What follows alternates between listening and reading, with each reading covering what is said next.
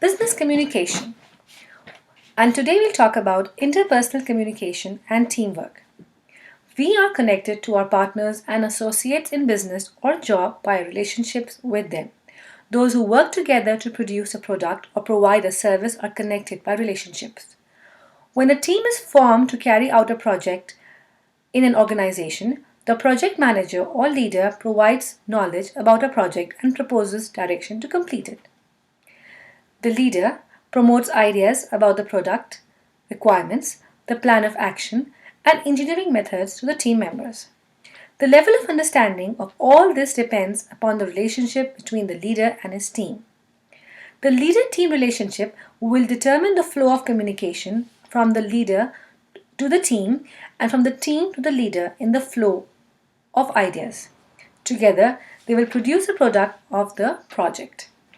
Interestingly, the relationship of the team with the management, the human resource department, the legal department, the information technology department, the equipment providers also play a great role in ultimately producing a good product.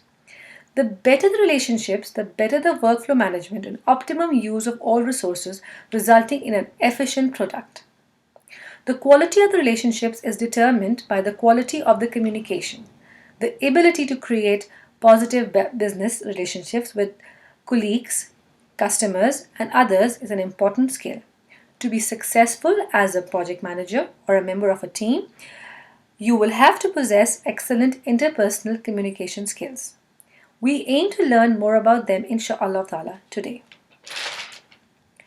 The objectives of the module today are: first, we will identify the components of interpersonal communication and soft skills, and then we will talk about developing skills from building positive relationships. Let's deal with the first objective, which is identifying the components of interpersonal communication and soft skills. The elements of interpersonal communication. Interpersonal communication is a term that is applied to the verbal, non-verbal interactions that occur in both one-on-one and small group activities. Any conversation that you will have with anybody, whether it's your friend or your relative, your mother maybe, your sister, your brother, your husband, your wife, your children, or at work with your manager, with your subordinate, with the members of your team, or even when you go out and you buy groceries or you buy some clothes, or even when you go and get your car fixed, whatever you do, when you are communicating with, when you're talking to them, this is interpersonal communication, and it is verbal and non-verbal. Verbal would be the words that you use, how you talk to them, how you address them, how you greet them, how you explain why you have come there, or explain your need or your request. And the non-verbal would be the way you sit or the way you stand, the way you move your hands or the way you don't.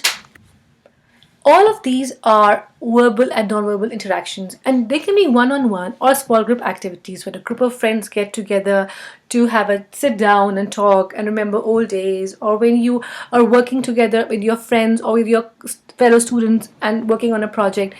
How you express yourself, how you behave, how you sometimes, it's really strange when you think over it that we don't really pay attention on our body language. We don't even consider it important, and it is all happening subconsciously. Nobody really focuses on the way they talk or the way they sit or the way they move their hands or the way their facial expressions are working, but they're all forming a very important part of the conversation, of the communication that you're having with the other person. And we will inshallah ta'ala see this as we go on. The other thing is smart soft skills. Now, soft skills or people skills are the terms that are used to describe a group of personal habits, qualities, attitudes, social graces that make someone a good employee and a compatible co-worker. What I was talking about before. These are, in a layman's term, the personality of a person. Jovial, serious, in the middle, happy-go-lucky, very practical, realistic, doesn't crack jokes at all, keeps a very straight face all the time, very fidgety, laughs a lot. There's so many, habits and qualities of a person that are all contributing to the communication process that's happening between you and people around you. And these are very, very important. And each one of us possesses soft skills, but to different degrees. Smart soft skills include executive presence, the way you communicate, the way you present yourself or your thought or you maybe a presentation about your idea, the way you speak publicly in a team or on the podium, the way you listen to your superior or your subordinate, or when you're working in a team at the same level, the way you deal in your business activities with your clients and your customers, in your leadership, how you manage yourself as a leader, the way you stay motivated, the way you motivate your team members or your subordinates, the way you work in a team. Are you a person who always wants to stay at the top, or are you able to work cohesively in a team? You manage yourself. You're not always trying to show that I am the one who did everything, or you do your work and you promote others too. And then your writing skills, business report writing, and we will inshallah, business communications is very important. That's a very important part of business communication, writing reports and everything. So all of these form the smart soft skills set. Technical skills may get you the job, but soft skills can make you or break you as a manager. The interpersonal communication are the building blocks of the communication climate. A communication climate is the quality of personal relationships that exist within an organization.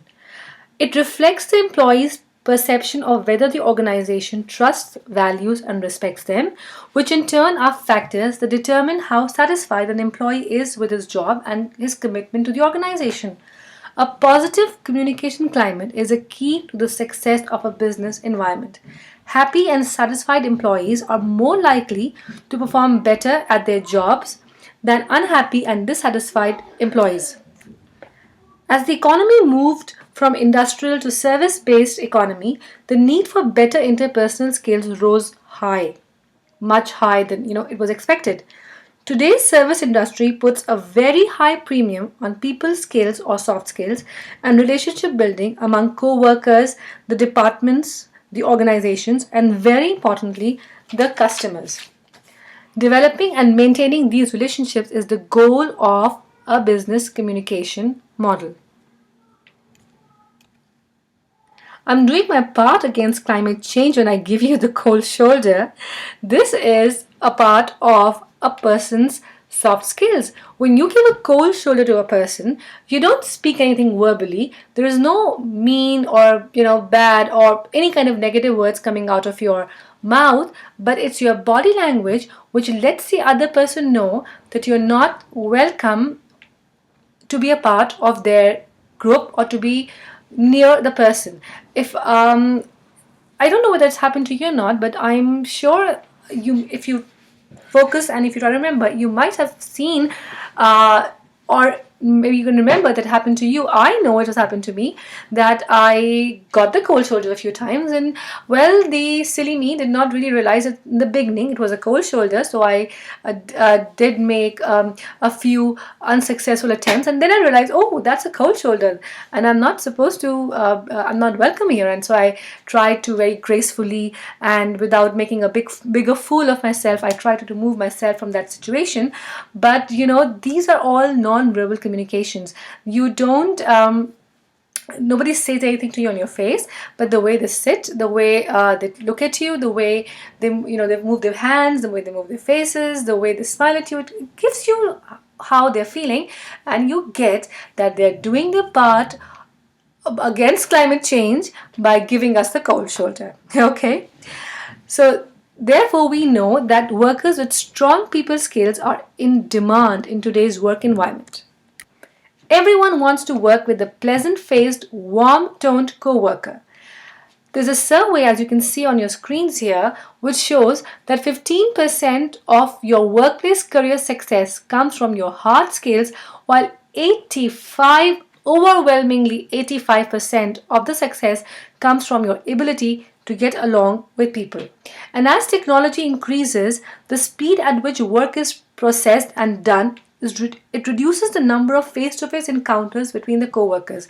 Facilities are working from home, even from remote areas, locations at weird off the clock hours are increasing. I mean, I see my husband working from, we went to India for some time, and he for a long time actually, and he worked there from evening 5 o'clock till morning five o'clock, and he managed all his work. It was all remote. He was not on location, and I see, and keeps traveling between the client site and home and his office space. So all his communication is basically, not all, okay, I think it would be at least 70%, not 70, let's say 50% at least, when he's home. That is the amount of time he travels here and there. So that is not face to face, it's through technology, and that's when his soft skills come really handy.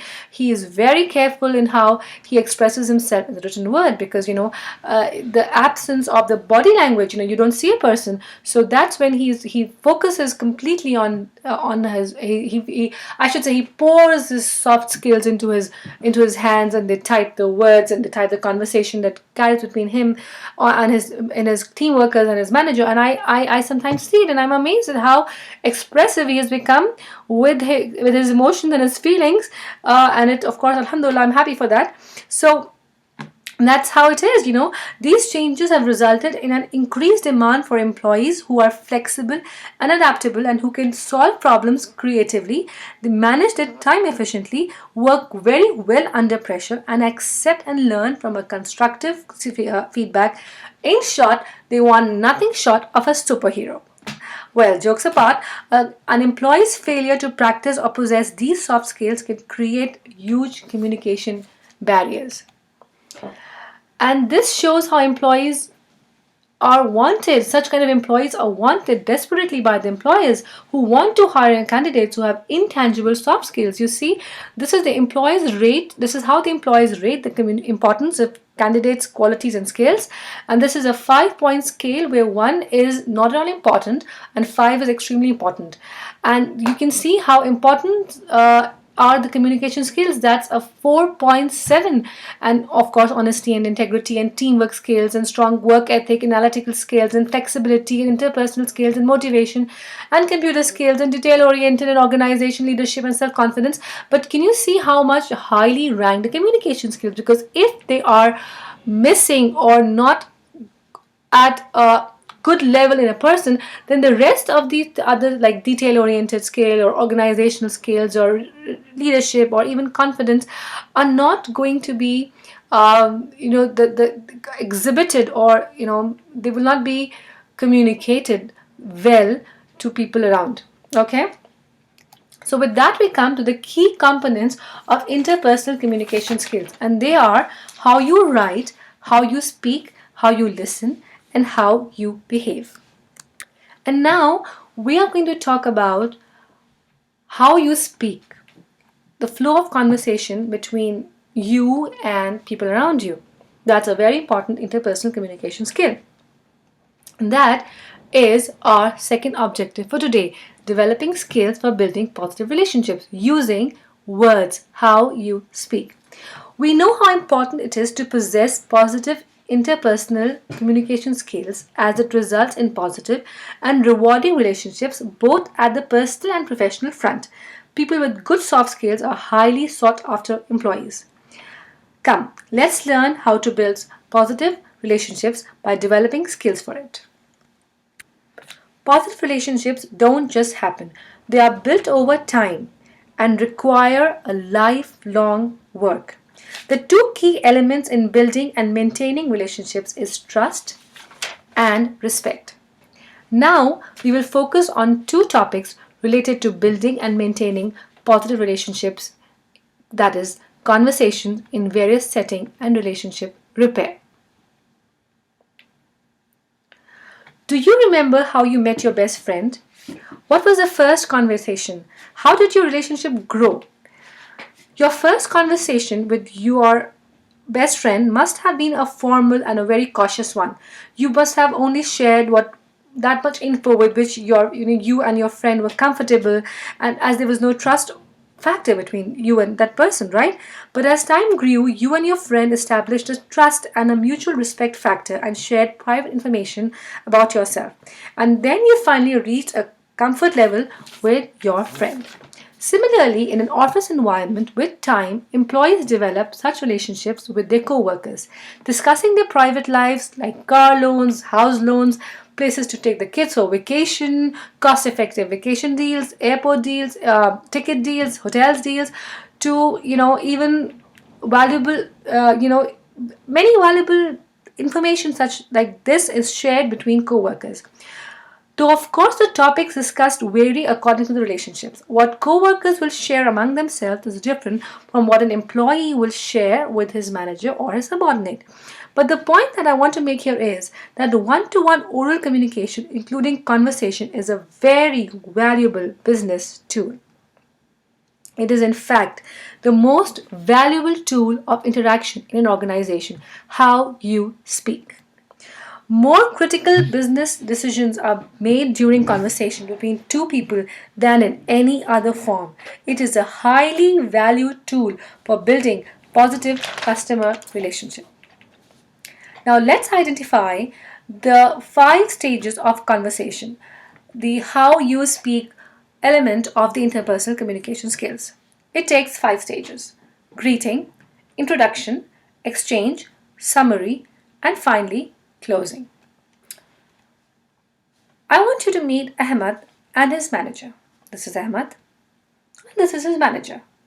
And let's witness a conversation between them in which all of these 5 stages are played out. First one, greeting. Greeting opens the channel of communication, saying salam, saying hello, assalamu alaikum, ciao, bonjour, hola, or is it hola? I don't know. I don't speak. Is it Spanish? I don't speak Spanish as well, but just trying. Or namaste, as they say in India, and offering a warm smile and asking about a person's day are definitely more positive ways of communicating. Part of the soft skills than a straight-faced, tight-lipped hello. So Ahmed's manager says to Ahmed, "Assalamu alaikum, Ahmed. How are you today? Please have a seat." And Ahmed says, in reply to that, "Walaikum assalam, alhamdulillah, how about you?"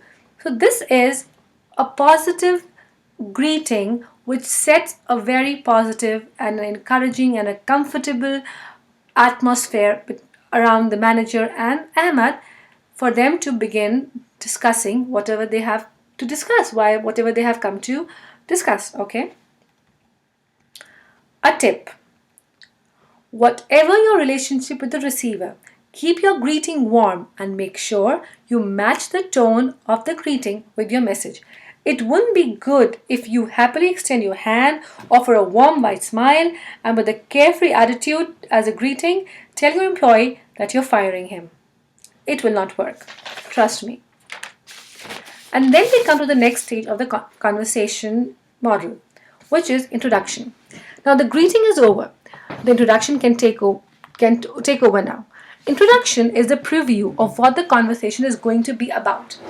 Like the subject title of the email that we fill in before we send the emails.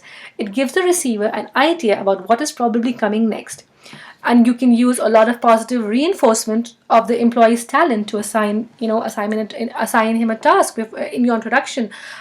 This way it will be easier to hand him more work, ask him to work overtime, because you have motivated him by using such good positive reinforcement. This you can study inshallah ta'ala when you study motivation in your human resource subjects. So you can say, "Ahmed, I like your style of documenting. Can you make the next report for the project's phase 3? And I'm sure Ahmed will, for the timing, feel very happy and say yes. Though later on he might go and say, why did I say yes? But at least for that time, you made him feel nice, appreciated, applauded, and he is happy to do the work. So introduction can be both direct and indirect. Now a direct introduction works best for positive and good news like a salary hike or an incentive. And an indirect introduction works best for bad news like budget cuts or dismissing an employee, like like you want to maybe fire him, or you want to place him under a review board because you're not happy with his performance, and he is under scrutiny for the next 6 months, and if he doesn't work well, then probably he might be asked to leave. So at that time, a very direct approach for your introducing your talk will not work. So you can start off like, let's review your performance. I got your performance review from the other managers, and I thought let's have a talk about it. So this kind of sets the tone, but doesn't really worry the other person who is in the conversation with you. So back to Ahmed and his manager. So his manager says, I wanted to talk to you about your request for an assistant, Ahmed. And Ahmed says, oh, okay, sir, inshallah. So this is a positive, now we don't really know what's going to happen here, right? For now, none of us knows that. Ahmed doesn't know what's going to happen. He had put in a request for an assistant because he got himself another project, and he finds himself really overloaded with work. So he had put in a request for an assistant. Now his manager wants to talk to him. So now the manager is using a direct and an indirect approach for introducing the conversation with Ahmed. So he says, I wanted to talk to you about your request, Ahmed. And Ahmed does not know whether it's going to go positively or negatively, but at least he's feeling relaxed because he got a very good welcome. It was not serious and straight faced. He knows he's not in trouble, inshallah ta'ala. So he's kind of relaxed and he's waiting and seeing what's going to happen. And then comes the next phase, which is the exchange phase. This is the to and fro, or the give and take part of the conversation.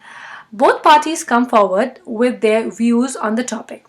For example, Ahmed's manager says, can you provide me with the details about the tasks that have been already assigned to you? Ahmed says, sure, they are. And he goes on, he says, I do this and I do that, and then I do this and then I do that, and so on and so forth. And, and the manager is able to understand what's really happening with Ahmed. Okay? After this comes the summary. Now, summary is the last stage.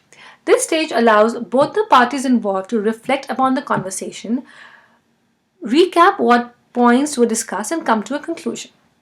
So we saw that in the exchange part of the conversation, Ahmed and his manager talked about what kind of tasks were assigned to Ahmed, and why was he feeling overloaded with work. Now, in the summary part, Ahmed and his manager come to a conclusion of what has to be done. So, Ahmed's manager says, oh, okay, I understand that with the new project that you are assigned, the workload has increased tremendously. I will forward your request to the HR department, and we will begin looking for an assistant for you. Okay, so I will work on it pronto. And Ahmed says, Jazakallah sir, I really appreciate it. And with this, we come to the last part of the conversation, which is called the closing. This is the cordial end of the conversation. No banging of phones, no awkward silences, a proper, cordial, courteous ending of the conversation. So, Ahmed's manager says, I understood that and agree with you. You need an assistant. Pronto, I will work on it. Nice talking to you. Have a good day. And Ahmed says, Jazakallah sir, I really appreciate it. Good day to you too. A courteous, cordial end to a process of conversation. A tip. Make common courtesy a hallmark of your conversation. Beautiful manners are emphasized a great deal in Islam. They go a long way in building and maintaining relationships. It will always work in our benefit to inculcate, wash or color our conversation, paint our conversation, verbal and non-verbal, our communication, both verbal, non-verbal, with a lot of beautiful manners. A warm smile, a firm handshake, a quick hug, a pat on the head, a pat on the shoulder, a relaxed body language, looking in the eyes directly at the person who's speaking, makes you feel that the person you're talking to is really listening to you. Turning your body towards the person who you're talking to, all are small yet really important points of common courtesy. And with that, we come to the end of today's module. Inshallah ta'ala, we'll meet again and we'll talk about the rest of the other elements of interpersonal communication. Assalamu alaikum wa rahmatullahi wa barakatuh.